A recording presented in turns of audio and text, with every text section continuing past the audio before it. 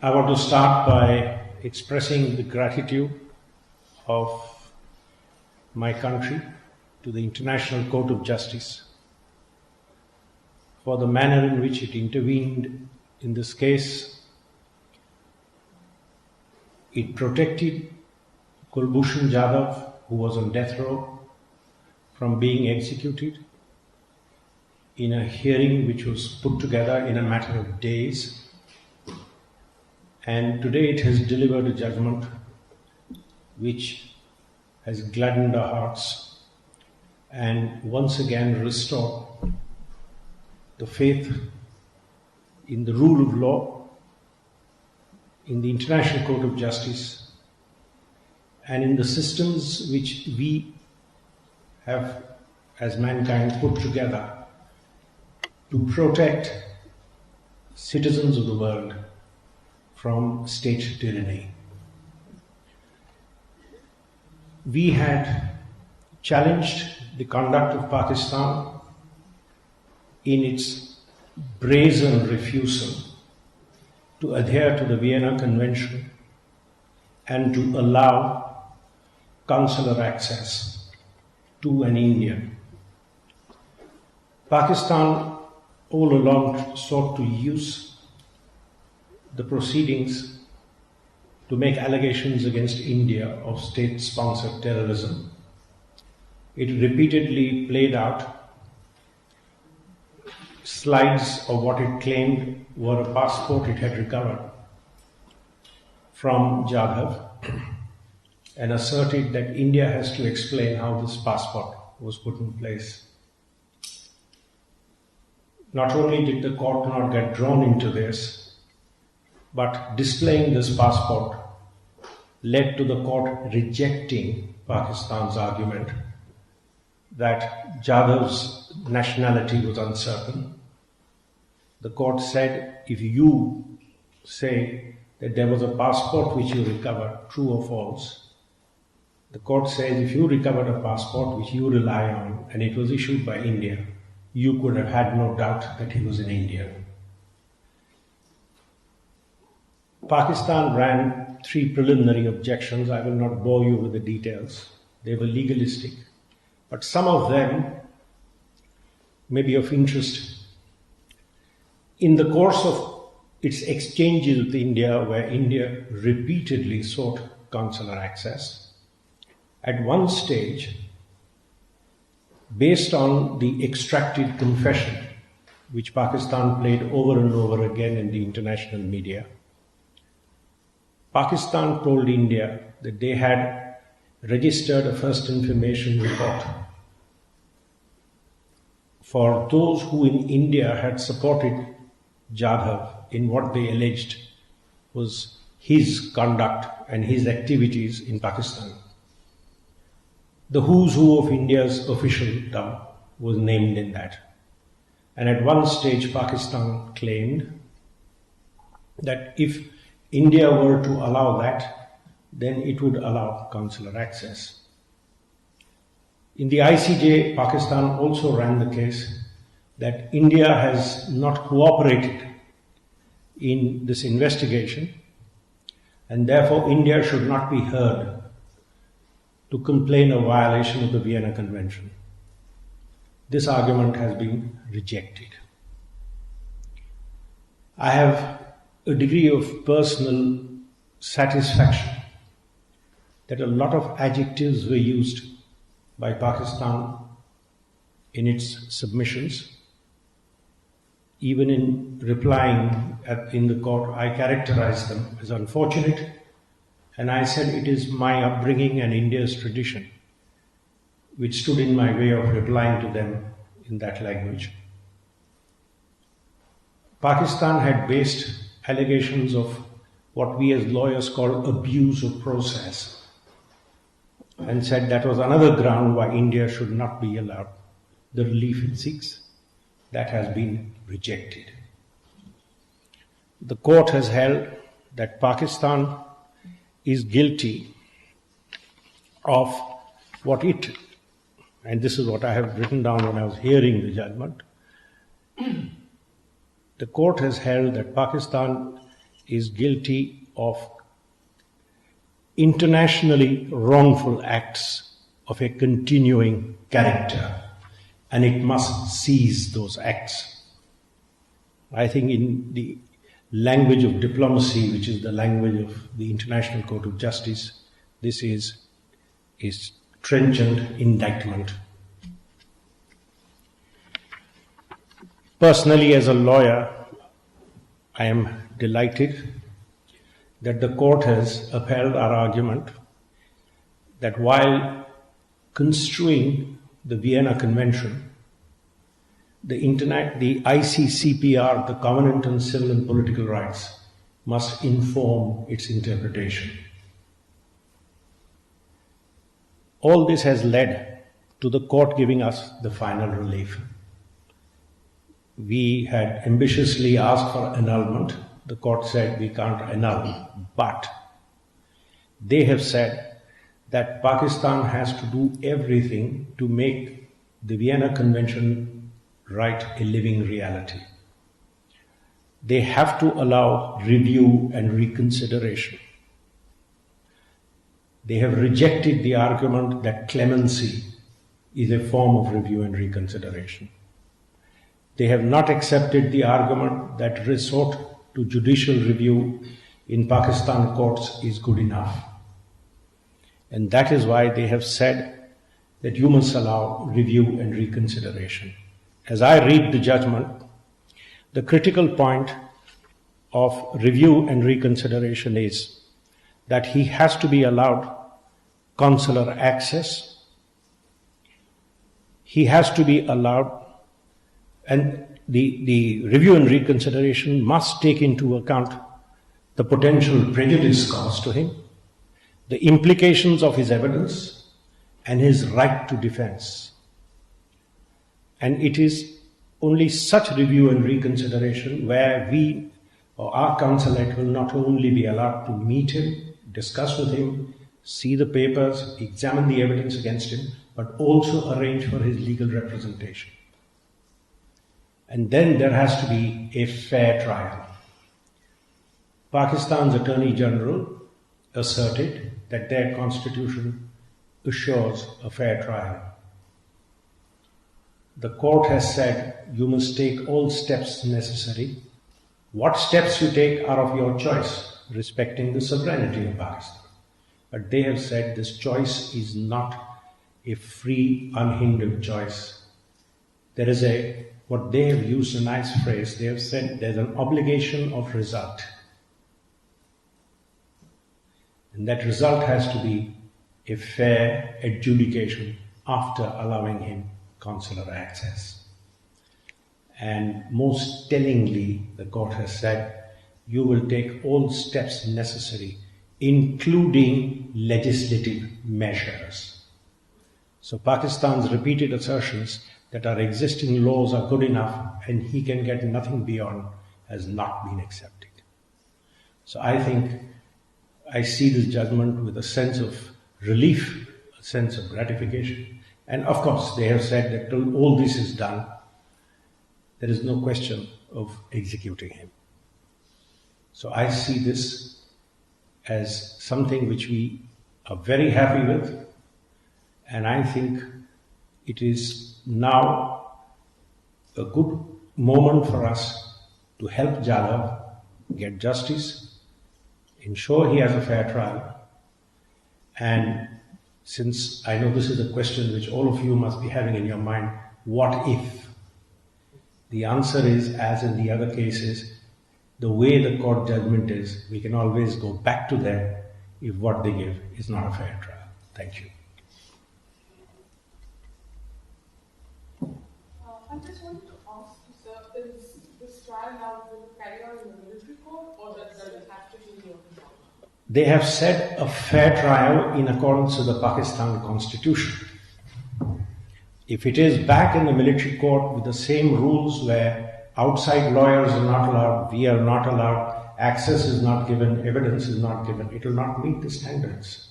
So either they will have to amend the military law, and they are laying themselves open to the challenge that that trial was not a fair trial as contemplated by the court.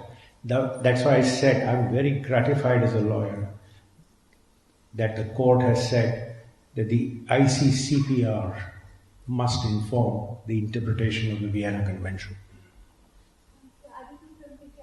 If you could just speak a little bit about the timing aspect, because the judges were quite clear about that he should be provided consular access in a timely manner. So what would that involve? Pakistan took 3 months to notify us. First time over, the court has held that was a breach. And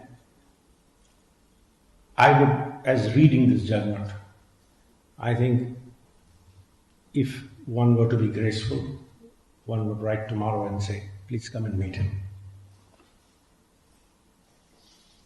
So, what is the force of this judgment?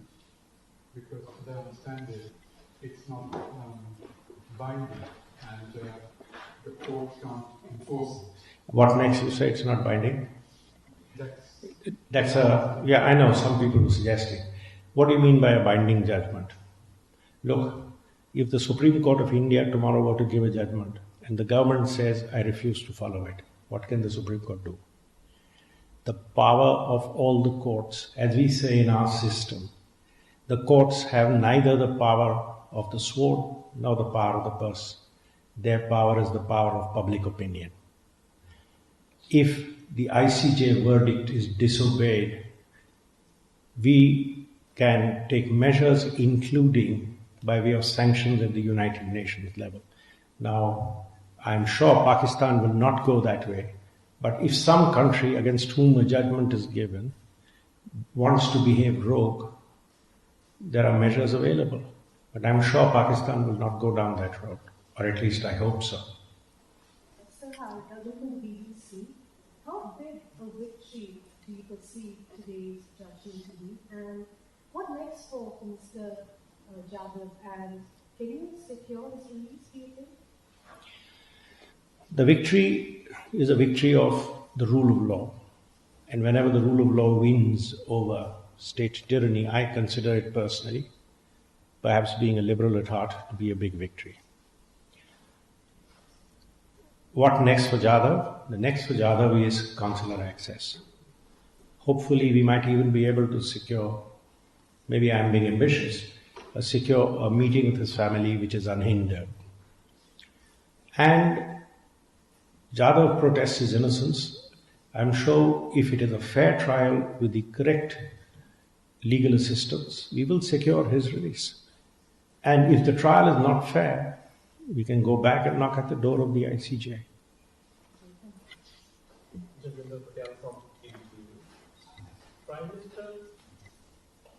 Prime Minister of India, Mr. Narendra Modi, few hours back said that it's justice will be done with Kulbhushan. Do you think it's a beginning? And a big beginning at that. Thank you. Mr. Salve, if Mr. Jadhav is allowed council access, will it be you continuing to present him? Consular access is by the consulate officials. They will go, they will meet him, his defense will be arranged. I don't think I have the right to audience either as an English barrister or as an Indian senior counsel in Pakistani courts. But I'm sure there are fantastic lawyers in Pakistan who will take up his cause. Sir, Harish Salve from Times Now. There's also this point that Pakistan was trying to make that as Jadhav was supposed to be a spy, the Vienna Convention does not apply. And I think the court has also spoken a bit about that. If you can just throw some more light on that. Yes, Pakistan, it was one of their main arguments that a spy is not allowed consular access.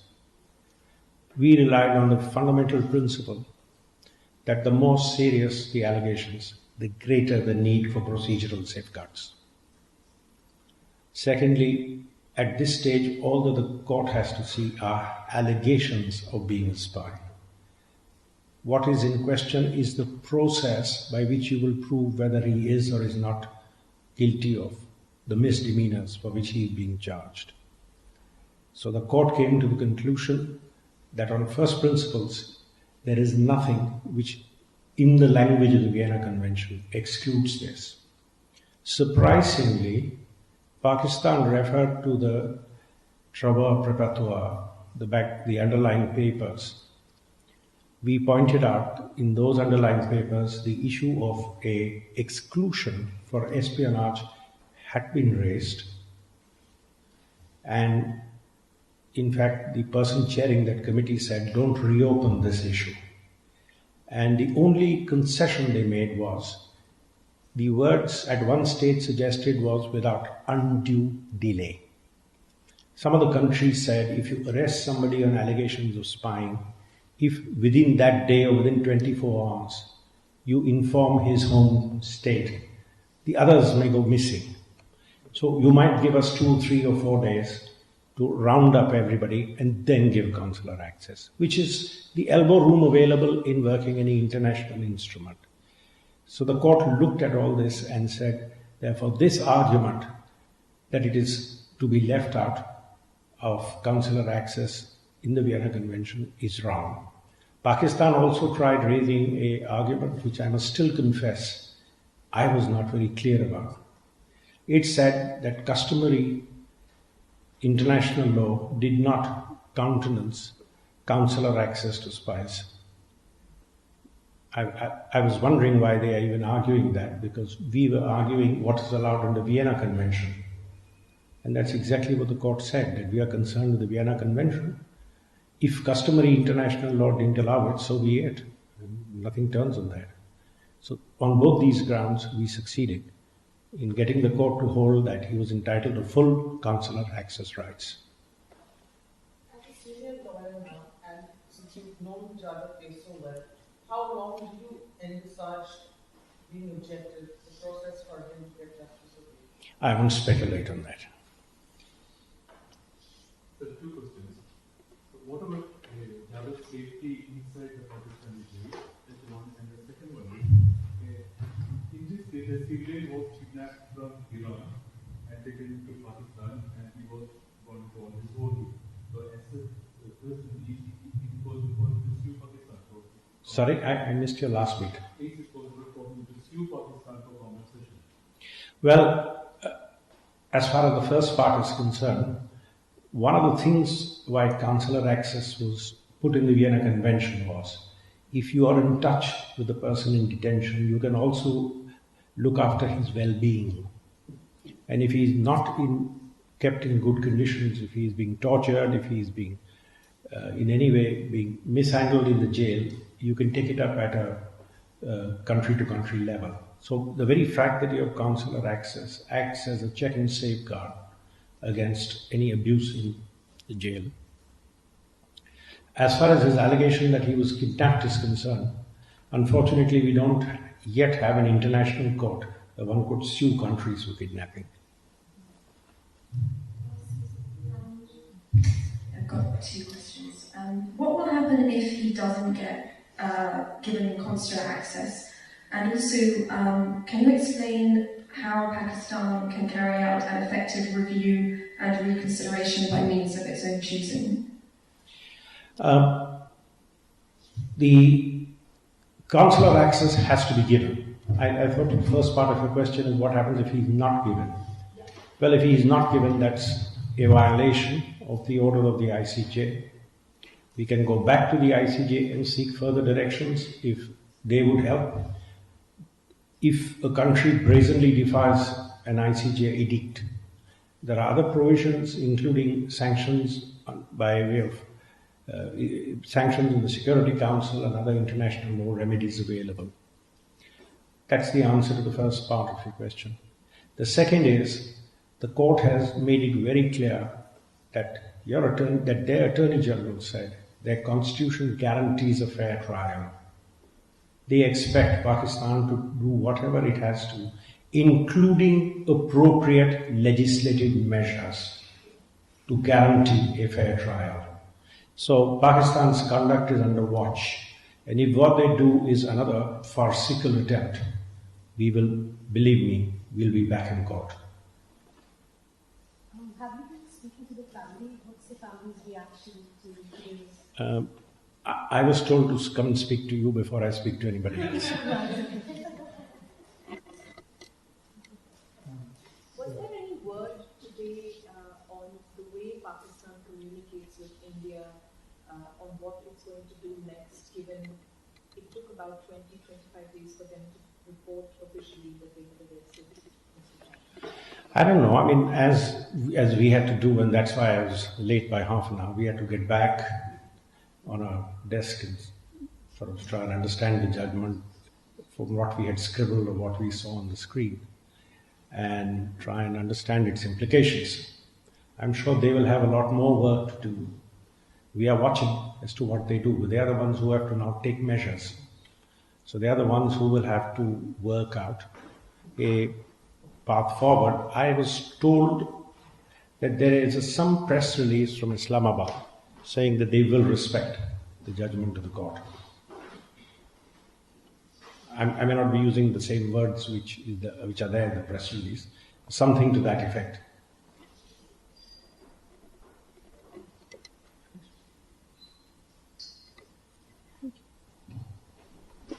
So thank you so much, and thank you all for coming.